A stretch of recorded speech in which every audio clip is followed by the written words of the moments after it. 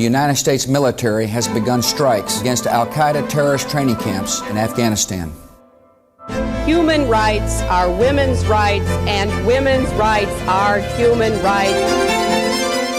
People matter, freedom matters, peace matters, Ukraine matters.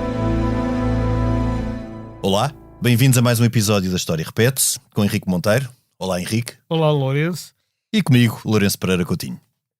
Hoje vamos falar sobre Napoleão Bonaparte, imperador dos franceses, da sua ímpar ascensão militar e política e da sua dramática queda.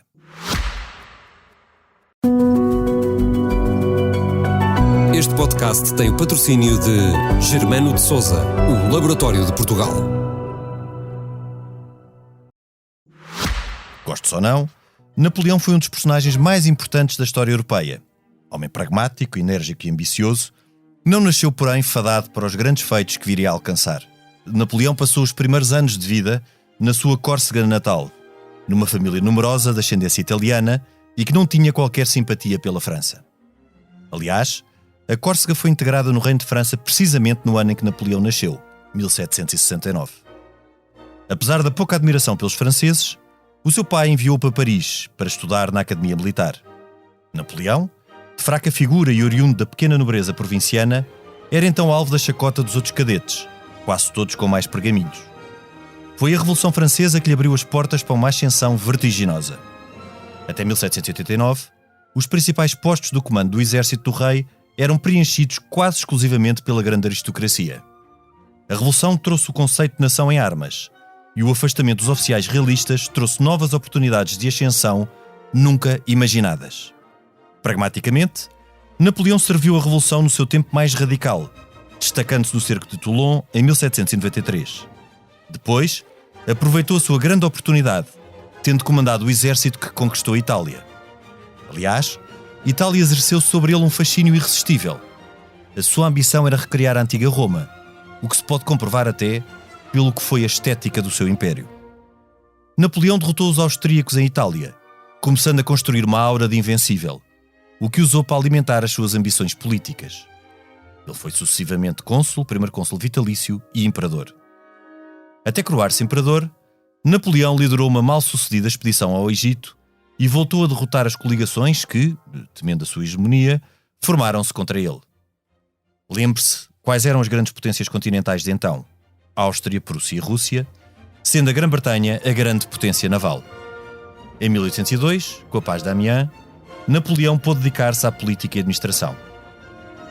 Napoleão não foi, pois, apenas marcante a nível militar. Também, a sua ação política estabilizou a Revolução e criou as bases do Estado moderno. Nos poucos anos em que governou em tempo de paz, criou o Banco de França, decretou o Código Civil, assinou uma concordata, reorganizou as forças de segurança e o sistema fiscal. O impacto político da sua ação foi tremendo. Em 1804, Napoleão atingiu o auge da sua glória ao coroar-se imperador. No entanto, ainda não resolvera o seu principal dilema. Se França tinha capacidade para dominar o continente, como o fez, a Grã-Bretanha continuava senhora dos mares.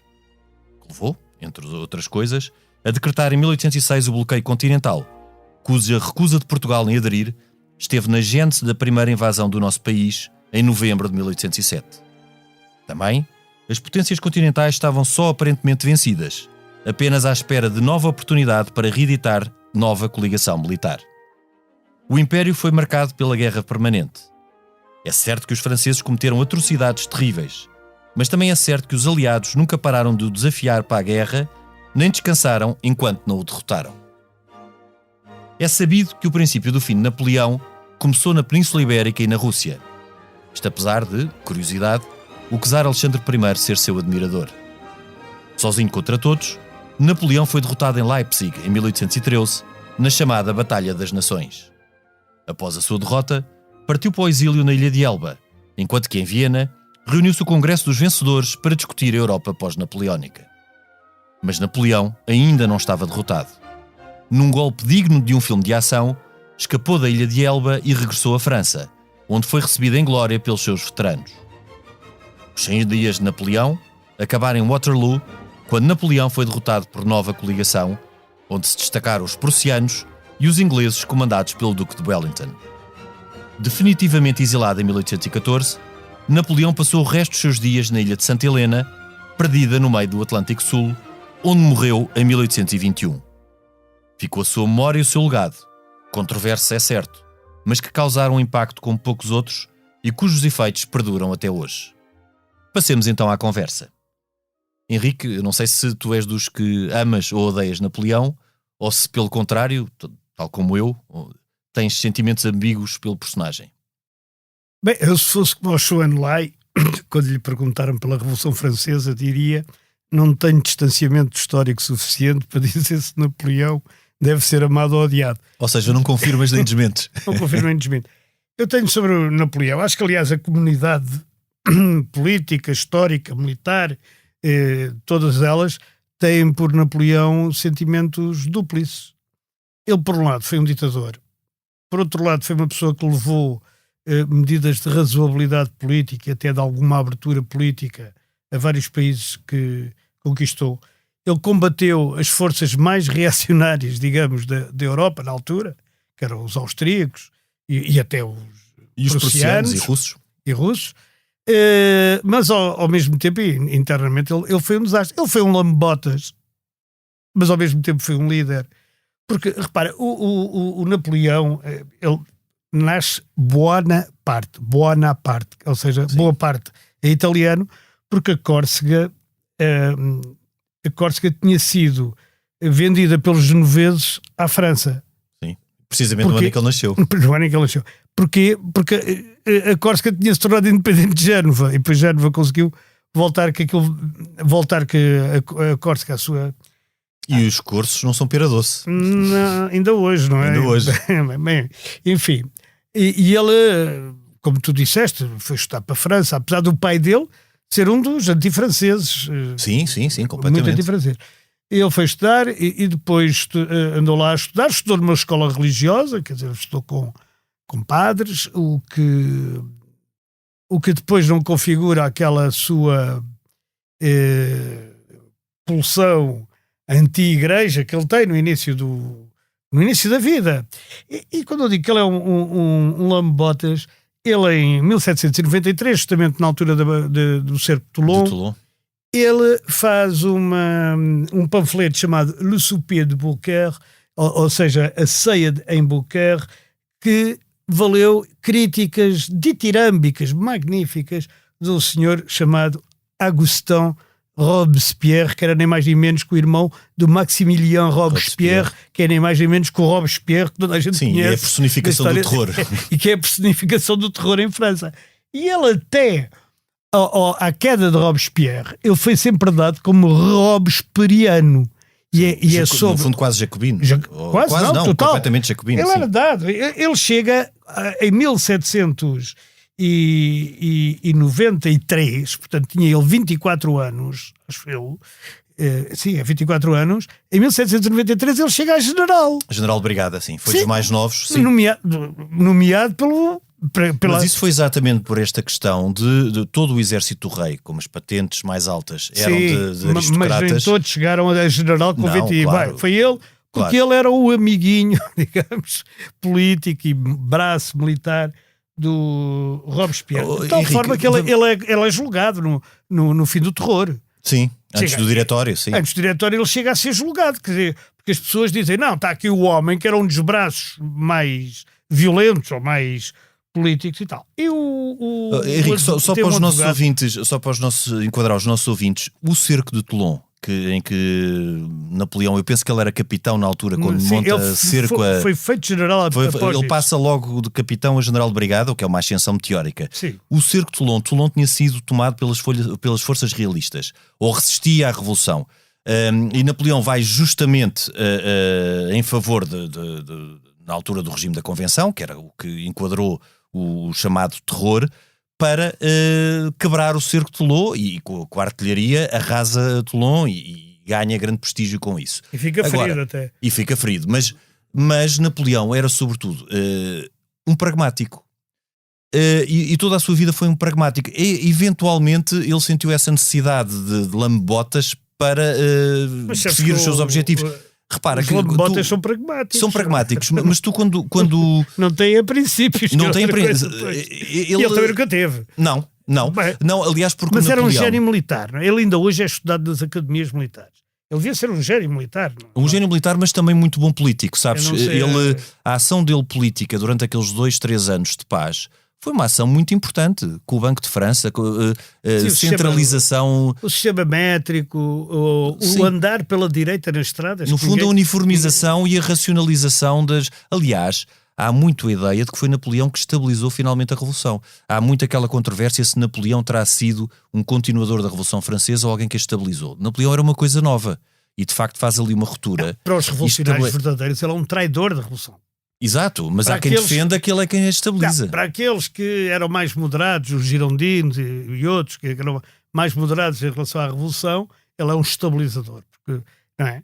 E para os realistas, ele é um usurpador. Sim, é o terror, não é? É usurpador. A besta negra. É um usurpador, porque ele declara-se imperador autocoroando-se, que é uma coisa que penso que é a primeira vez que já tinha havido na história, mas nunca em tão grande dimensão. Ele requeria no fundo o que fez Carlos Magno, a coroação pelo Papa no ano 800, só que acrescenta esse pequeno pormenor que é que ele não é coroado por ninguém, é coroado por ele próprio. Por ele próprio. Aliás, sabes que há deixa-me só pôr esta nota cultural quase.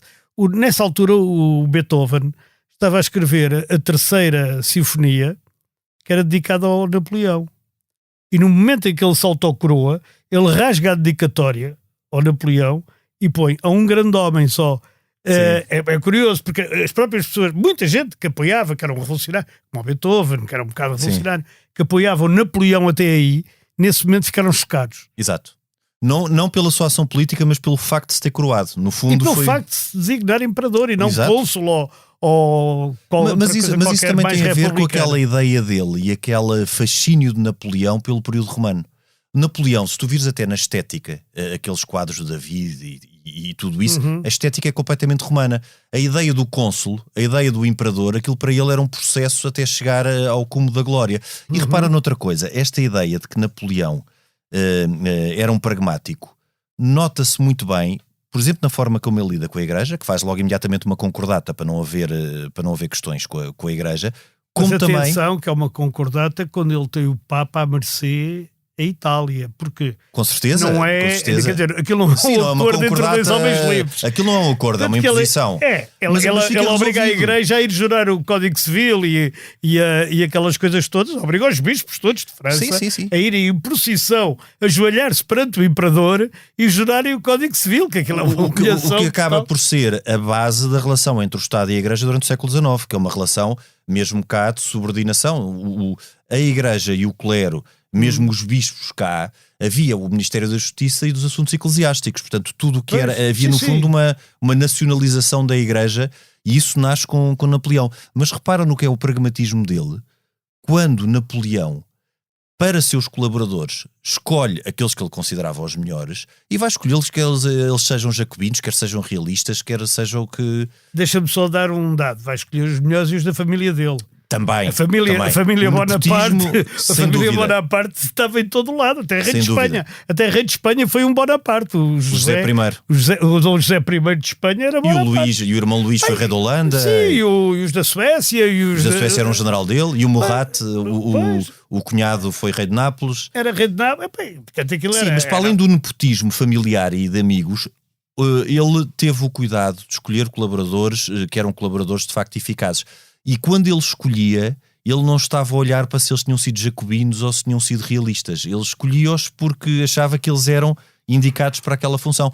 Ou por questões até pessoais, ou por questões de competência. Ele era um pragmático, basicamente. E tanto como militar como político, ele foi extremamente eficaz. Agora, pode-se questionar, era uma pessoa desapiedada. Completamente desapiedada. As atrocidades que cometeram os franceses foram horripilantes.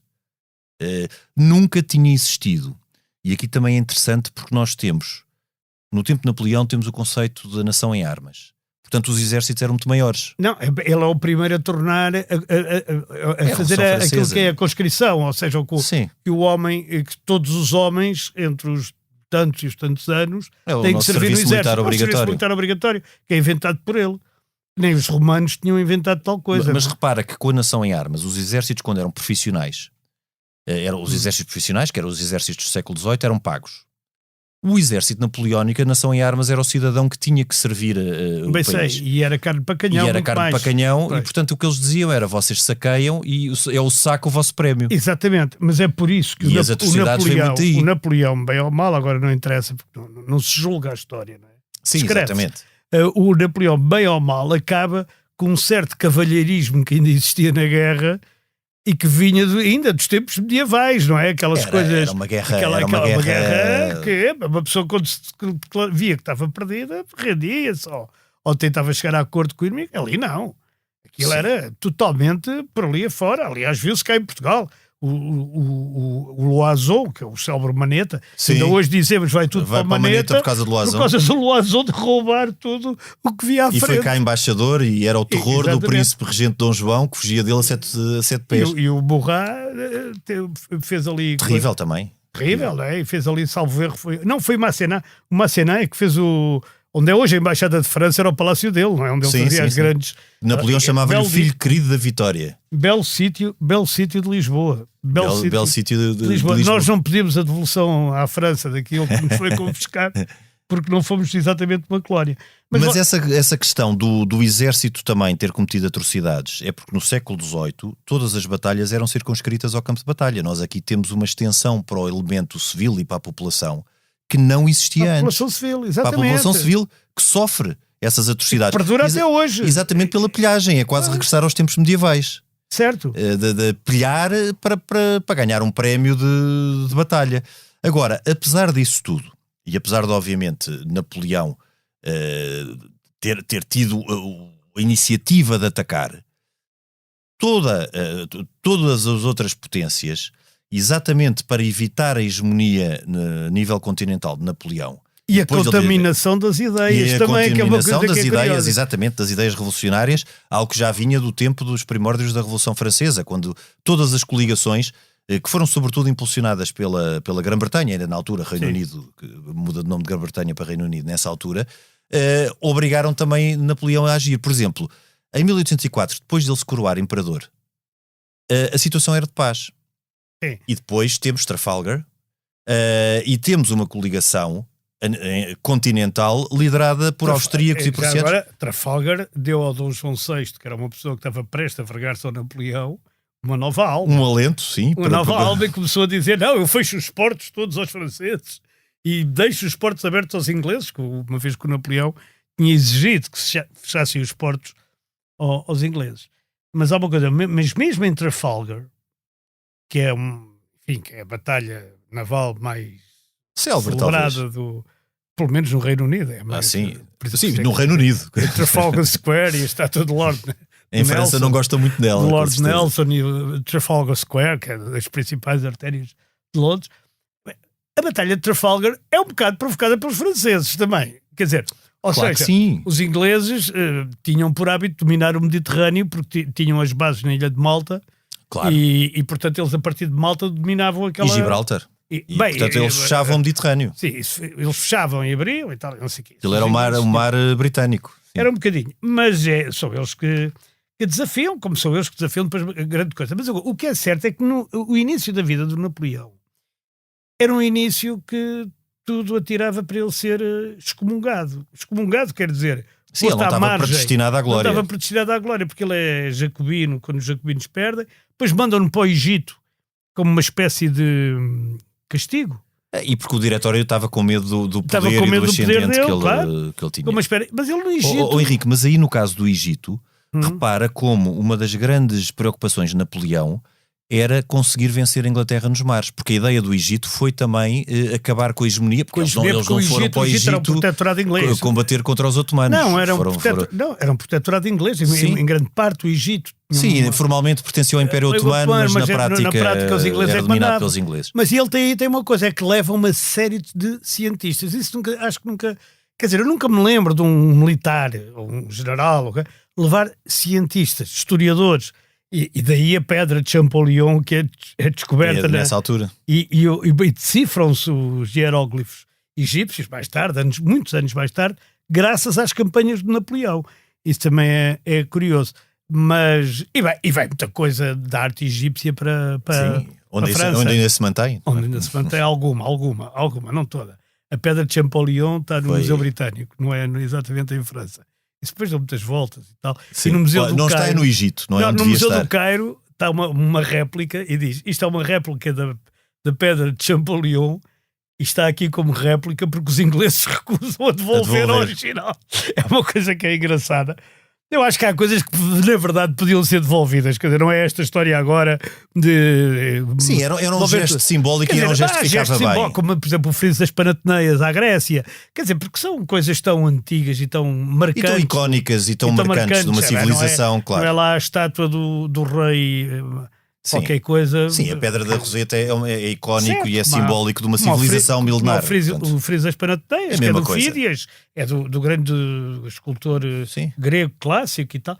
E está lá o templo, eles não conseguiram levar, portanto ainda está aí a ter. Mas entre Egito, Trafalgar e tudo isso e a questão do bloqueio dos portos tem a ver exatamente com essa sensação que Napoleão tinha, que sendo ele um general, não é? Portanto, exercendo em terra, ele sabia que a marinha não estaria, portanto, ele não podendo ele comandar força naval, ou não tendo essa capacidade, era o grande calcanhar daqueles dele, e a Grã-Bretanha o era, porque ele de facto consegue em terra derrotar sucessivamente as grandes potências continentais, a Áustria, a Prússia, a Rússia, impõe paz a todos eles, impõe tratados a todos eles. Mesmo no Egito derrota os mamelucos e nas batalhas das pirâmides. Na Batalha das Pirâmides. E antes disso, em Alexandria, quando ele desembarca em Alexandria, entra logo em guerra com os mamelucos, que era o máximo do exército otomano, na altura, sim. Egito. E em condições terríveis, porque num deserto com 50 graus, eles equipados para o inverno europeu. Exatamente. Os cavalos morreram todos na travessia. Tem foi uma coisa... frase do alto destas pirâmides, 40 séculos de história vos contemplam. 40 séculos vos contemplam. A gente, quando pensa que na altura de Napoleão as pirâmides tinham 4.000 anos,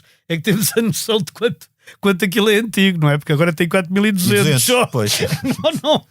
Não acrescenta muito. Nós estamos muito perto do Napoleão e muito longe das pirâmides. Numa perspectiva e a gente sobre as pirâmides não tem opinião, pois não. Nem mesmo os mais woke têm a opinião sobre as pirâmides. Sim, não é a minha egiptologia. É muito antiga. Tem 4.000 anos. Já há distanciamento suficiente, como diria o Schoenlein.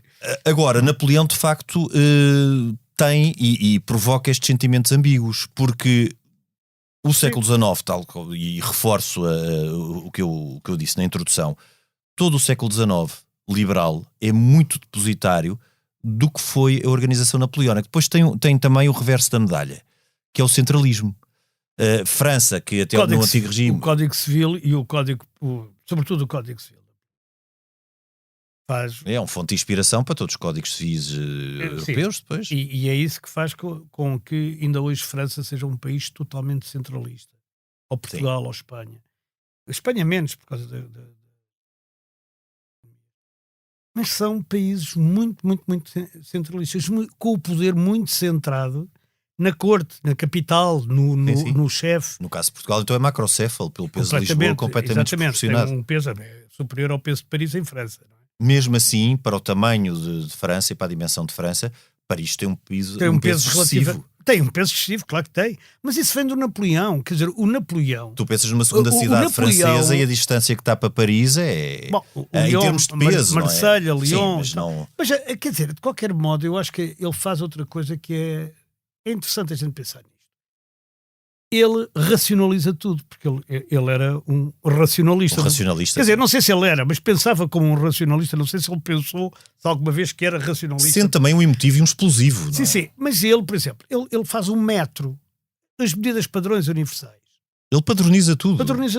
Até o conduzir pela direita. As pessoas não sabem, provavelmente todos nós conduzimos pela direita porque é um decreto do Napoleão. Sim. Porque antes conduzia-se pela esquerda, como na Inglaterra ainda se conduz pela esquerda. Porquê? Por causa da espada. Claro. Porque uma pessoa retira a espada, no geral, os destros retiram a espada da esquerda para a direita e defendem-se andando pela esquerda e defendendo-se pela direita. Ora, andar pela direita torna esse movimento muito confuso. Exatamente. Tenta ir pela direita da estrada a cavalo e tirar uma espada e combater alguém que vem do outro lado. É quase impossível. Mas, por exemplo, o quilograma, todas essas coisas. Mas é interessante que toda essa medidas, racionalização é típica de um militar que tem tudo planeado, do militar ordenado. depois de Napoleão, não sei se do militar antes de Napoleão. Talvez Sim, mas a disciplina, a ideia de disciplina, de centralizar o comando. Ele em 1812 publicou uma lei que era como é que aquilo se chama? Que era a loi de mesures anciennes. Acho que era das medidas antigas, ou lá que era. Porque os comerciantes não se entendiam com o metro. Não se entendiam porquê? Porque se tu pensares, todas as outras medidas são baseadas, as medidas antigas, como ele lhe chamava, são baseadas não em cálculos científicos, quer dizer, um metro era a 10ª parte de um quarto do meridiano terrestre. Olha, com essa deixaste-me completamente Exatamente. à toa. É, porque eu sou do ensino antigo, eu perceber isto, aprendi isto na 3ª classe. E isto era para te humilhar só. O metro é isso. Não, quer faz-me dizer, sentir novo. É básico, é baseado na ciência, enquanto, por exemplo, a polegada. Sim, tem é baseado num elemento humano. Natural, claro. É relacionado com o corpo humano. Portanto, a vara, os nós fazem sentido, os pés, as braças, os não sei quê, os pés, tudo claro. Isso era baseado em medidas. É claro que são muito menos, como é que é dizer, são muito menos precisas. Porque depois havia, sei lá, a arroba de Lisboa e a arroba da Guarda e a arroba de Madrid, que era no fundo, era no fundo, por exemplo, o que existia em França, no antigo regime, que não era só uma questão de diferenças de medidas, que era algo muito mais profundo, que era diferenças de leis, que eram aplicadas, aliás, porque existiam parlamentos em França. A França, no antigo regime, tinha esta instituição dos parlamentos, que não eram parlamentos tal como nós os entendemos, portanto não eram órgãos do Poder Judicial, mas órgãos que funcionavam de certa forma, mal comparado com o Tribunal Constitucional, ou seja, aprovavam ou não a lei do rei. E existiam regiões, por exemplo, em Paris, podiam-se aplicar leis que não eram aplicadas noutras regiões. E Napoleão uniformiza tudo isso, e isso, em França e no contexto francês, fez sentido para uniformizar a lei, daí o Código Civil.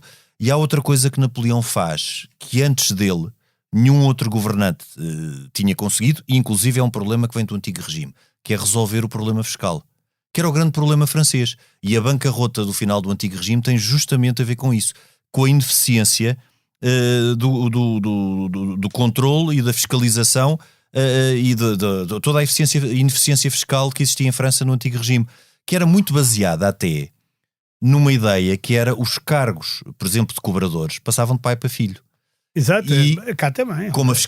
Cá também, e como a fiscalização não era uma fiscalização eficiente, esses corpos intermédios que cobravam impostos ficavam com bastante mais, erravam nas contas inadvertidamente aqui entre aspas, e ficavam com uma parte superior à coleta do que deviam. Mas ele uniformizou. Agora estava aqui a ver uma libra, havia a libra de Napoleão e a libra do rei. A libra de Napoleão era simples, valia 500 francos. A libra do rei era 485,7, ou assim uma coisa, não sei se era 0,7, se era 0,5, mas não era, é como hoje para nós os pés e estas coisas que não têm medidas exatas. Nós fomos todos educados no metro e nestes sistemas decimais, e portanto para nós é óbvio que são 10 quilos, quer dizer, pelo menos sabemos todos, ou 100, ou que são 20 metros, ou 3 quilómetros. Mas os comerciantes na altura estavam educados ao contrário, quer dizer, para eles era óbvio o que é que era a libra do rei, não era óbvio o que era a libra do... Claro. Henrique, porque o sistema de referência... Nós nos lembramos hoje em dia, quando tu recuas 20 anos e pensamos no que era a nossa relação com o escudo, pois, em que nós não conseguíamos pensar em euros, e hoje em dia eu falo em número X de euros e tenho uma dificuldade grande em reconverter com escudos. Zero. Pois. É exatamente. É melhor não reconverter se chegas à conclusão que não foste praticamente aumentar. Exatamente. É melhor não pensarmos nisso, em que retrocedemos nos últimos 20 anos. Mas aqui em relação a Napoleão, temos aqui vários impactos diferentes. O primeiro é o impacto que ele tem, que já falámos, no século XIX. em tudo o que foi... Até da construção de países como a Bélgica, que aparece na sequência do Napoleão. Sim, um bocadinho depois, porque... Em 1830. Em 1830. Mas Waterloo é em 1815, portanto não é assim tão mais tarde, tendo em conta as negociações que foram necessárias. Mas aí é criado o Reino dos Países Baixos, que englobava Luxemburgo, a Bélgica certo. e a Holanda, e depois a Bélgica torna-se independente dos Países Baixos em 1830. E isso tem uma razão religiosa e tem uma razão de Estado tampão entre a Alemanha e a França. Aliás, a Bélgica foi, e e isso depois terá consequências na Primeira Guerra, a Bélgica quando foi criada, e foi com um rei que acaba por ser aceito por ingleses e franceses, que era um Saxe-Coburgo, foi criada como um Estado neutral sempre, com a garantia de neutralidade da Bélgica, que essa neutralidade que depois é quebrada pelos alemães e que dá origem à entrada... Como agora a dos suecos foi quebrada pelos russos. Sim, mas na altura... finlandeses também. Mas na altura com uma invasão de território belga pelos alemães. Sim. Motivou a entrada da Inglaterra na Guerra do Reino Unido. Porque tinha sido construída a célula... Depois a Célula imaginou que ele não imaginou que controlando aquilo pela Bélgica também dava entrada. Que também dava entrada. Exatamente. Mas em relação ao impacto de Napoleão tem este impacto grande em tudo o que é a parte administrativa e política do século XIX e em Portugal, em Espanha, numa série de outros territórios. Tem um impacto muito grande no que foi toda a carnificina e terror desse período histórico, com milhares e milhares de mortes e com todas estas atrocidades cometidas a civis. E tem um impacto também muito grande naquilo que falávamos agora, que foi da reconfiguração da Europa, não só no seu tempo, que ele tentou fazer, o Grão-Ducado de Varsóvia, o Reino da Holanda, uma série... Ele acaba com algo que durou 1000 anos, que foi o Sacro Império. Disse que não faria sentido, era anacrónico, e a partir daí que os imperadores se passam a intitular imperadores austríacos, quando antes os Habsburgo do Sacro Império. Mas tudo isto, em 1815, com o Congresso de Viena, provoca a transformação da Europa e aquilo que vai ser a Europa durante toda a primeira metade do século XIX. Depois da prisão, do exílio. Sim, do exílio e da derrota de Napoleão. Mas essa reconfiguração no Congresso de Viena, que é reunido de acordo com os princípios da legitimidade dinástica e dos princípios conservadores, onde vai pontificar o príncipe Metternich e que irá durar até 1848, até aquelas revoluções da Primavera dos Povos. Toda essa reconfiguração do mapa europeu pós-napoleónico acaba por também ser provocado por tudo o que ele mudou no continente europeu durante o seu tempo político. Até a relação com a Igreja, porque repara, há bocado estava a dizer que foi humilhante. Ele chegou a mandar prender o Papa Pio VII, não é? Ele mandou prender, ele foi para lá preso, e depois, em 1813, forçou o Papa à tal concordata de Fontainebleau, que era aquela concordata que ele queria, que era os bispos. Mas, ao mesmo tempo que ele faz isto em relação ao Papa, ele emancipa todas as religiões. Porque ele emancipa os judeus em todo lado. Emancipa os protestantes nos países católicos, emancipa os católicos nos países protestantes. Nivela tudo pela mesma... Nivelou tudo pela mesma lei. Quer dizer, aquela ideia dos direitos humanos que vem da Revolução Francesa, não é? E da Americana, que ainda é mais clara, todos os homens nascem livres e iguais em direitos e tal...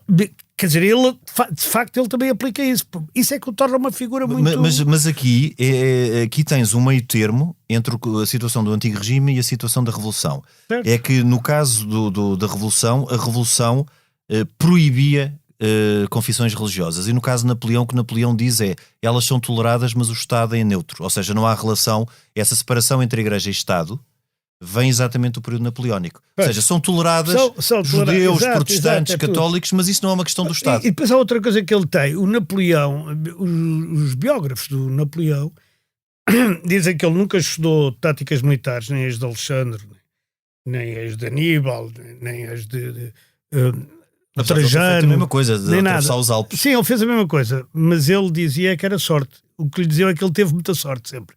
E o próprio Napoleão dizia: deem-me os generais da sorte. Os que dão sorte. Ele tinha essa frase. Mas era indubitavelmente alguém com grande intuição militar. Tinha intuição e era ousado. Era ousado e não tinha qualquer piedade. Por exemplo, o imperador russo, quando percebeu que ele ia invadir a Rússia, como invadiu, disse-lhe: atenção, tanto você como eu sabemos que testamos os ingleses. Sim, ele diz: está bem, eu não tenho nada com isso, bora. E foi até Moscovo, onde depois perdeu em 1812. Sim, e que o czar Alexandre I também não teve qualquer pejo em ir fazendo uma política terra queimada, inclusive aqui incendiou Moscovo. Eu penso que a ideia de política de terra queimada em daí. grande vem daí, dele incendiar tudo até Moscovo e não deixar para trás. E Alexandre I era um admirador de Napoleão, tinha feito Começou antes, em por ser, 1807, exatamente. a paz com Napoleão, Começou por exatamente. ser. E o Napoleão deu origem a obras fantásticas. Já falei aqui da Terceira Sinfonia de Beethoven. Podemos falar do 1812, da abertura 1812 de Tchaikovsky, que é composta em 1862 para comemorar os 50 anos da derrota de Napoleão em Moscovo. Livros do Stendhal, que são magníficos. Stendhal foi um oficial do exército napoleónico, nomeadamente uma espécie de autobiografia do Stendhal chamada Vie d'Henri Brulard. Ele chamava-se Henri Bayle e depois tem como pseudónimo Stendhal, mas depois ainda cria um pseudónimo para contar a vida dele, que é Brulard. Ou seja, tem quase heterónimos. Tem aqueles quadros todos do David do Jean-Louis David e de outros que mostram, e tem aquela iconografia da mão no peito e do bicórnio. Exato. Não é? Toda a gente. E é curioso. E quando se usava tricórnio entre os aristocratas do Antigo Regime. Não sei se sabes, no próprio Capitólio, em Washington, há vários baixos relevos de personagens importantes para a liberdade no mundo, e lá está o Napoleão. Sim, mas claro. Coisa, mas ele é uma figura incontornável. É uma figura completamente... Com todo o terror que inspirou, e era chamado então em Portugal, quando foi da invasão, a besta negra de Napoleão. Mas com todo o terror e todas as atrocidades que ele provocou. Eu disse que era no Capitólio e na Câmara dos Deputados. Na Câmara dos Deputados é no Capitólio também. É no Capitólio. Sim. Henrique, ficávamos hoje por aqui, é entusiasmante falar de Napoleão. Eu não sei se... Eu tenho uma sugestão. É um livro, é um romance, chama-se A Batalha, de Patrick Rimbaud, que é um romance histórico sobre a Batalha de Essling, travada em 1809 às portas de Viena, em que Napoleão derrota os austríacos. Exatamente, e depois entra em Viena. Está deserta. E onde não se ouve nada, e está deserto, mas ouve-se o som de um piano, que era do Haydn, a tocar Mozart, porque ele tinha sido professor do Mozart. É mais um contributo. E é o hino da Áustria. Essa melodia é o hino da Áustria. Eu sabia que Napoleão tinha entrado com Viena em silêncio. Não sabia que estava... Entrou. E sabes quem é que entrou à frente? Porque era o que fazia o report. Como é que se chama? O report? Stendhal. Que é ele que conta isto. Exatamente. Eloquência é muito grande. É muito grande. Este romance histórico, A Batalha, foi responsável porque Patrick Rimbaud recebesse o prémio Goncourt, o principal prémio literário francês. Que sabes que não dá nada, dá um franco lá, que é. Sim, é simbólico. É simbólico, aquilo é tão importante, o prémio Goncourt, que eram dois irmãos que o criaram. Eu vou recomendar um livro de um autor que não sabe tanto de música como parece. Não estou a brincar. Vou recomendar um livro chamado Rei, Chave da Regeneração. Isto, naturalmente, nunca leste. Tu nunca leste.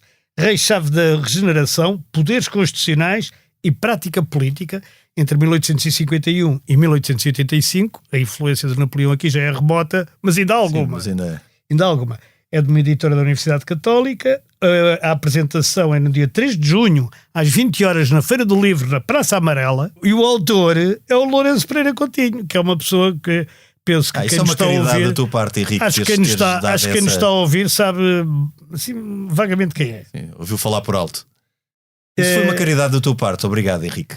Não é uma caridade. Eu acho que há poucos livros escritos, não de forma académica chata, se me permitem esta coisa, há poucos livros de história escritos de forma a que o grande público possa compreender, mesmo aqueles que não leram as teses todas dos anteriores, e nomeadamente desde o Oliveira Martins, digamos. E pronto, é isto. Espero que tenhas sucesso com este livro. Obrigado. E obrigado pela lembrança. E que eu não te chame nomes depois de lê-lo. Esperemos que não. Estaremos aqui para ver. Estaremos aqui atentos. Nós ficamos então por aqui. Este programa tem o apoio de Germano de Sousa, o Laboratório de Portugal. A gravação e sonoplastia esteve a cargo de João Luís Amorim. Nós voltamos na próxima semana, noutro tempo e noutro espaço.